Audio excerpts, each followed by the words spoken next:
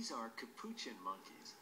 They originate in Central and South America, but these monkeys are a little different. They live in Boston, Massachusetts, where they're currently in training at a place called Helping Hands. They're learning how to become a very big part of a human's life. The first stage of their training is the cubicle. I'm Christina, and I'm a trainer at Helping Hands, and this is Chi-Chi. We're in the cubicle right now, and it's the first stage of training for the monkeys, and we train them using mostly imitation here. We teach them monkey see, monkey do, where they copy the trainer's actions, and we use this bell here so they know they got the task correct, and we phase that out in the next stage of training.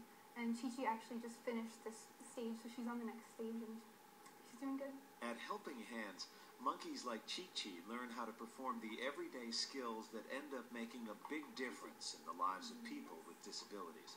This first stage prepares the monkeys for more complex training that will teach them the tasks that they eventually will need to master. The next stage of training is the B room. In the B room, Jennifer and Ashley demonstrate the more complicated tasks in the room. Ashley is in her second stage of training. This is our B room. And in this room, this is where Ashley was introduced to the cage and to the wheelchair. She starts to learn to manipulate more objects. She learns various tasks such as how to put a drink in a drink holder, how to manipulate CDs to put in CD players, work refrigerators, and starting to learn some more advanced tasks. So she's learning the principles to put the CD in there. So in the B room, she's learning now to fine-tune the task. I'll try one more time, huh? Yeah? Ashley, change. Got a girl.